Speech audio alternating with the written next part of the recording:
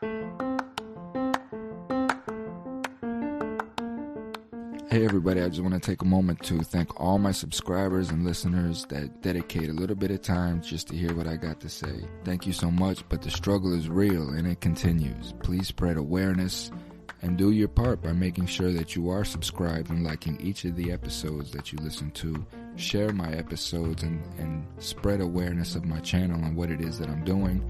These little things right here is what helps me grow and helps sponsorship come my way, as I am a struggling ex-con. I appreciate the support, the love, and thank you so much for tuning in. More to come.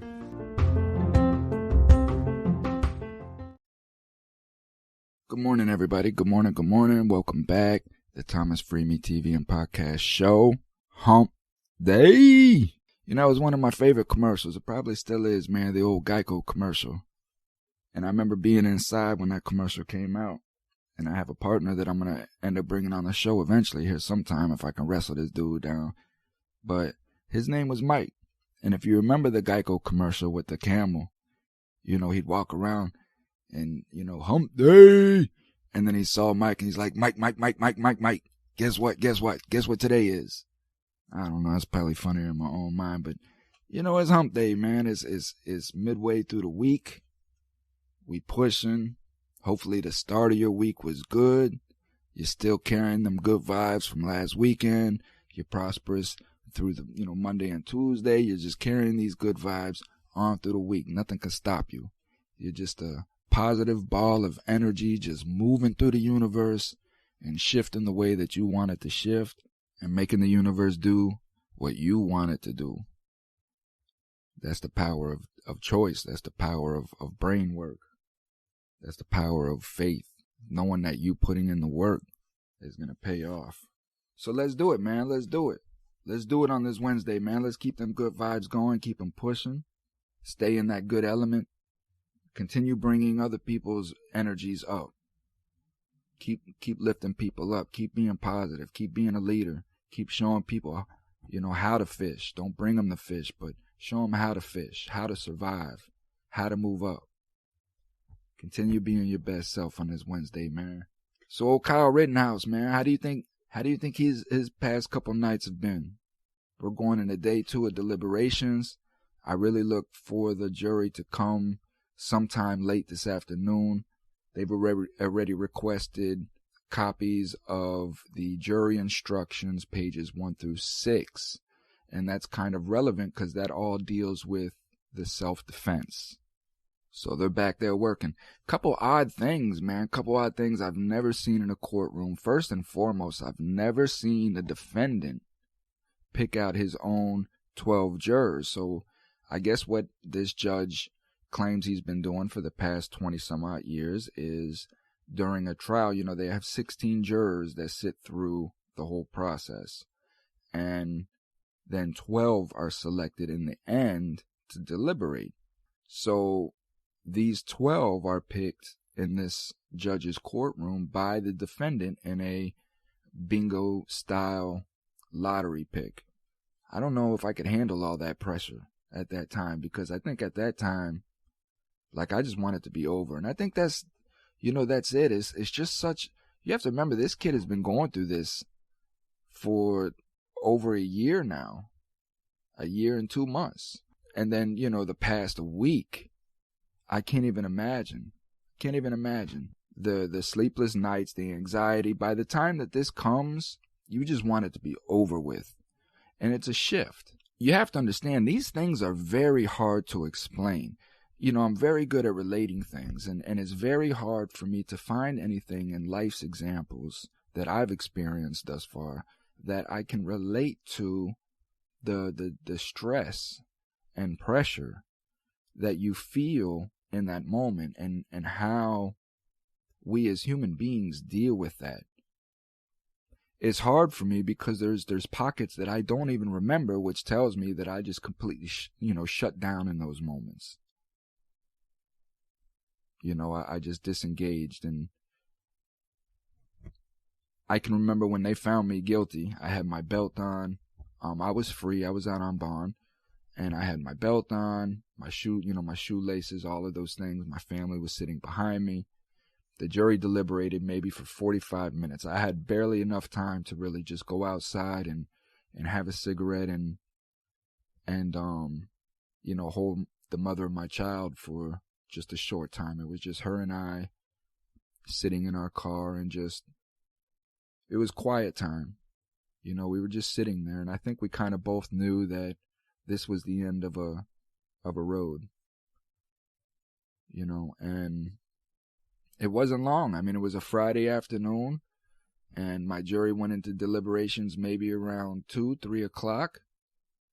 They did not want to be sequestered all weekend. They didn't want to come back on Monday, all of that. So they just decided, the hell with it. This guy's guilty, without really knowing the repercussions of what that guilt was going to bring. It was just her and I, and we just sat in the car, and I told her, whatever happens, to just take care of yourself and take care of my baby. And that was really it. There's really nothing you can say at that point. And then I saw the attorney and a few of my family members walking up to the car, and I knew it was time. I knew it was time. I got out of the car, her and I, hugged, and I gave her a kiss. She said she said she couldn't go in. She didn't want to go in if it was okay that she sat out in the car. And of course, me being who I am, it's always about me providing comfort for others. So, I just told her then, yeah, just hang out here, And I remember getting out. And I told her, I looked at her and I told her, I'll be back. I'll be right back. I said, don't sweat it. I'll be right back. And then 13 years later, people can't understand this, but it's not for people to understand. It's for the person that is going through this to understand. It's not for any of us to understand what Rittenhouse is feeling or going through. It's for him to understand why this has been brought into his life, just as it was for me to understand. It was hard. I got found guilty. The attorney put his left hand on my right shoulder as the jury came in, and guilty on all counts. Guilty on all counts. Conspiracy to distribute 5 kilos or more with no proof, no evidence of anything. It's a federal case. It's conspiracy. They could say whatever they want to say. They could prove whatever they want to prove. So I've sat through, I believe this was in total about 12 days, I believe. Anywhere from 10 to 12 days, if I can remember correctly. But this was a federal trial. This was a full-blown federal trial. The United States of America versus. And they found me guilty. The bailiff came right over, asked me to remove my belt, anything that I could do harm to myself with. All in front of my family, they stripped me down. Of course, they left my shirt and my pants on, but put me in cuffs and walked me out the back door. I went to a holding cell in the back, and I sat there. I sat there until the people came and got me and took me to the jailhouse, booked me in, and off I went on a whole new life. You're cattled among men, you're herded among men, and that was it. Everybody's life changed instantly, just that fast. I remember the mother of my child telling me at one point that, she was just sitting in that car just waiting, hoping to see me come around the corner. And when she saw my family come around the corner and I wasn't with her, it crushed her. And everybody's life just went in different directions from that point. I just got found guilty of a charge that faced 10 to life. I was looking at any amount of time anywhere in between there, but we all knew I was gone for 10 years minimum, a decade, mandatory minimum, federal statute. Thank you, Bill Clinton. So it's hard to imagine what's going through little Rittenhouse's head right now. The long grueling wait. I think he did pretty good picking his 12. He ended up with 7 women, 5 men. I look for something to come around at the end of the afternoon, but there's a lot to go through. We could take this into tomorrow. One thing about juries is if they come back fast, it's good in the defendant's corner. It's all in the defendant's corner because you have to remember all the jury is instructed to do is if they find him in self-defense, that's it. They don't have to go through any of the other steps, and they move on to the next count. Remember that they asked for copies of the instructions of pages 1 through 6, which deals with self-defense. So I think that these 12 people are really scrutinizing the evidence and what it stands against. So however the decision goes, it's irrelevant to me. It really honestly is. I just want honestly to know that our judicial system works in the mannerisms that we believe and want it to work, and that's in a just, blind fashion where our citizens, our American citizens, take an interest in the fact that this is a 17, 18-year-old child, and their decisions weigh upon the rest of his life that is going to produce here in our communities of America. Does the boy need to go away for life? Absolutely not. No question not. There's no question not. He was just a stupid kid that had no thought process. I don't think he had the proper training in how to think critically. That's not his fault, but what is his fault is his actions. 15, 20 years. I think that Kyle Rittenhouse sacrificed the rest of his childhood in the actions that he did. And pray that he comes home a grown man with the understanding of how precious life is.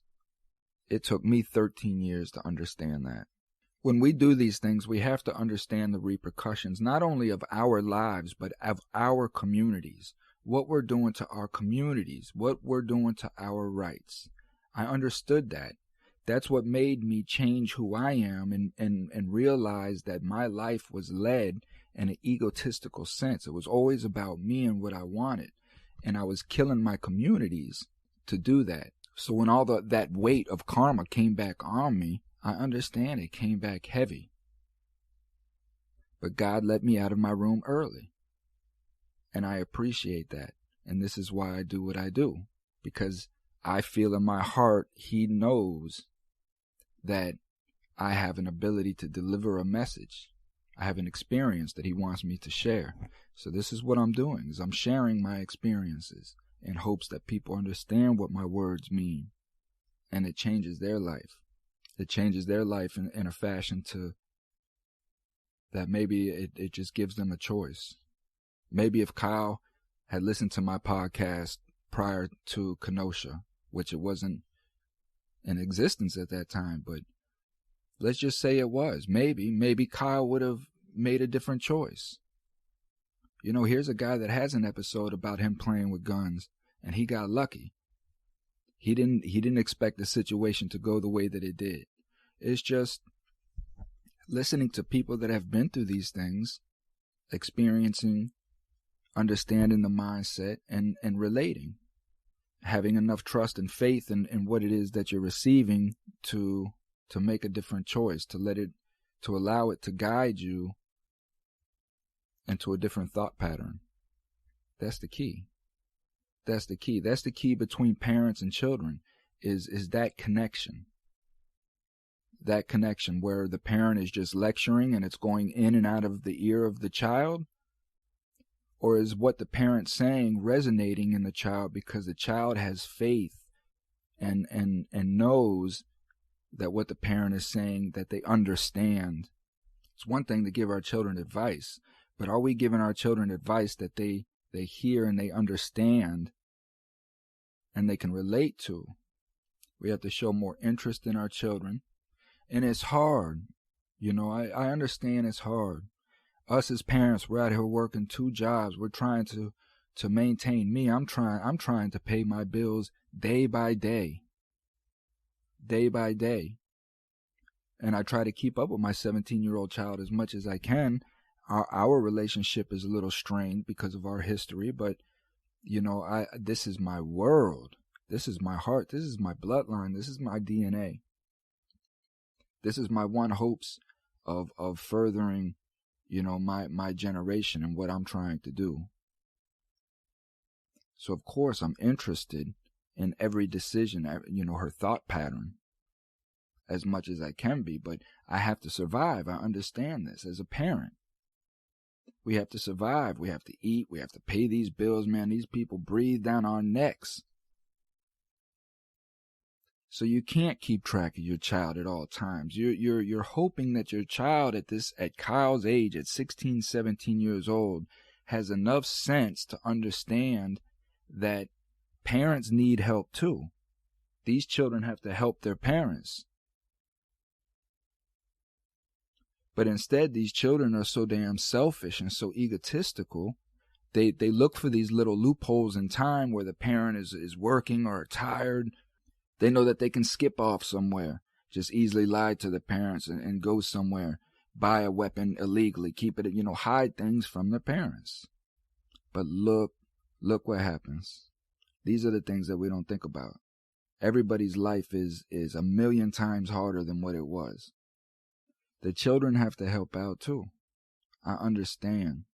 But like I say, it's easier for an intelligent person to dumb themselves down to meet somebody at a level than it is for a dumb person to become intelligent to meet that person where they stand. We as the parents, we always have to understand that the children are dumb. These little motherfuckers are ignorant. So it's up for us to step down to a level to where they understand, to make sure that they understand the consequences. Make sure that our children are not being deceitful and lying to us. And we do that by being better people, by showing that our children can come to us. No matter what it is, they can come to us and talk to us. We have to be able to control our emotions. Think about what it is that our children are bringing to us so we can understand what it is that their problem really is, so we know how to deal with that. We always have to remember that our children is our investments. That's our number one investment. That's our children is what's going to give you the best return in life. But just like anything else, you have to nurture it. You have to watch it. You have to, this is your portfolio. Just as you would sit in front of your computer looking at your portfolio and making sure that the business that you're growing, everything, that is what has to be invested in our children first. And we are putting our children last, second to last. If things are getting in the way of time with your children, time with your family, the root essence of what strength and principle is, family principle, core, strong, united family. If this is what you're trying to achieve and things are getting in the way of that, then you have to correct what those things are. If work is getting in the way of those things, then maybe you have to cut back on whatever your expenses are that is making you have to work so hard to pay for all these expenses. And I'm just talking about certain situations, if this is applicable to you. I completely understand there are just some situations that just seem impossible to get out of. But I promise you, if you just took some time to sit down and just look at the whole of everything that was going on, a solution will come to you. You may not like the solution. It may seem harder in that moment, but you have to look at the end results. What does that solution produce?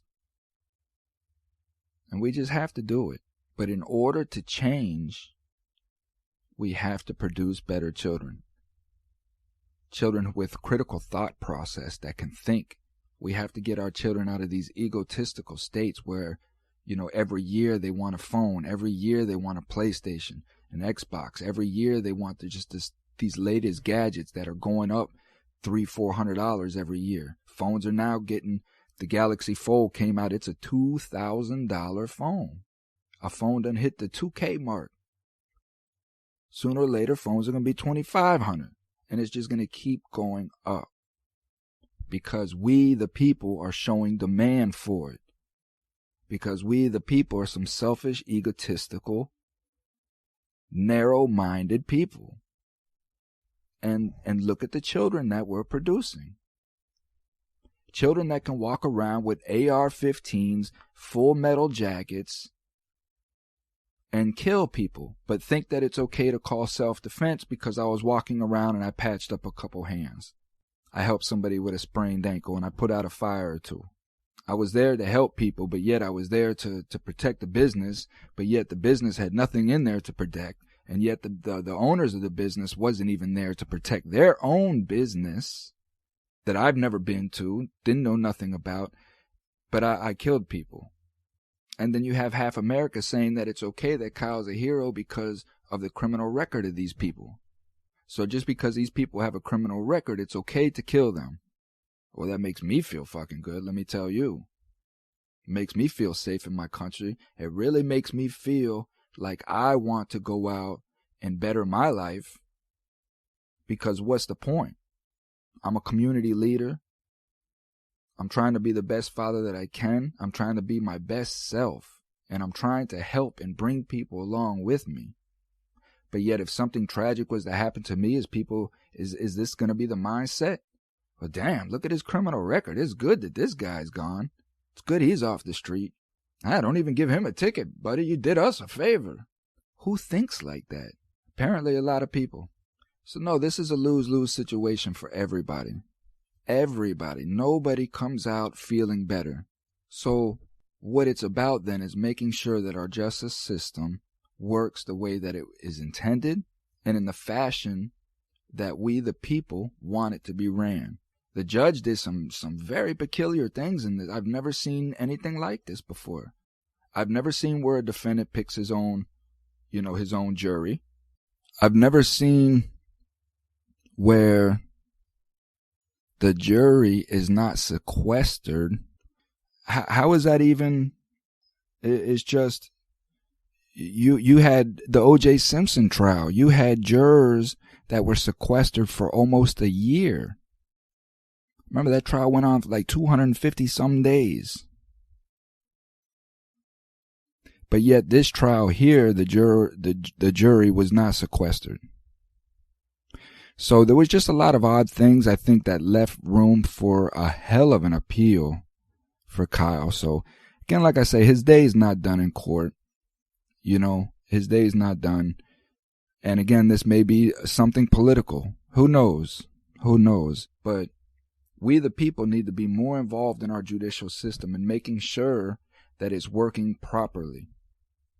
That's by not avoiding jury duty, by going in, paying attention, not making prejudicial judgments, not making, judgments and being biased, but unbiased, just hearing the whole thing, weighing the evidence, and making critical decisions on guilt or innocence, because these decisions change people's lives. Some people need to go to jail. Some people need to go to prison. Some people don't. Some people can just catch a charge and understand instantly. Some people need to go away for 20 years to understand. Some people never get it. This is why we have to make sound judgments, and we have to understand that everybody that's in front of us are American citizens that are dealing with some kind of trauma in some kind of way, miseducation, things of that nature, but they're still American citizens. These are still our brothers and sisters. It's still a small community. This is what we have to understand. No matter how they look, how they wear their hair, how many golds they have in their teeth, if they have no teeth at all, if they have bull rings, if they have tattoos, it doesn't matter. These are American citizens. These are people that are just trying to survive. We just have to understand these things and come together. They say it takes a community to raise your children. Well, it takes a country. It's all of us. These are our children. This is our future of our country. We have to understand the Constitution.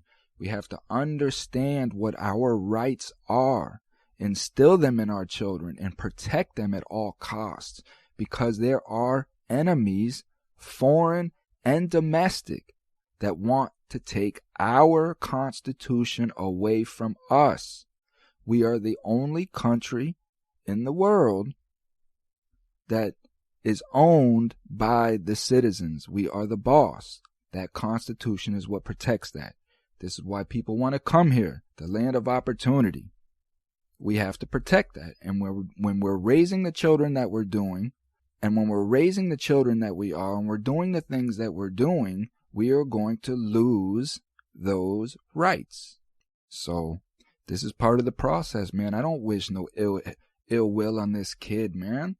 But what is right is right. What he did was reckless. It was not thoughtful, and people got killed. And he has to understand the value of life. And prison will do that to you. Did it to me, did it to many, many other men and women and whatever's in between. So, man, I love you guys. Happy Hump Day. May your day be prosperous. As I've said, keep it pushing. Hold a door for somebody. Lift a bag for somebody. Give somebody $1 or $2, man. No matter what you think they're going to do with the money. Don't assume. Just give them the money. Make the day a little bit easier, man. If you got it, give it. Give it from the heart. And know that good things come back to you, man, as long as you continue to put it out there. So you make the first move. You're the boss. You're the creator. Change your world into positivity. Positivity will come back to you, I promise. I love you.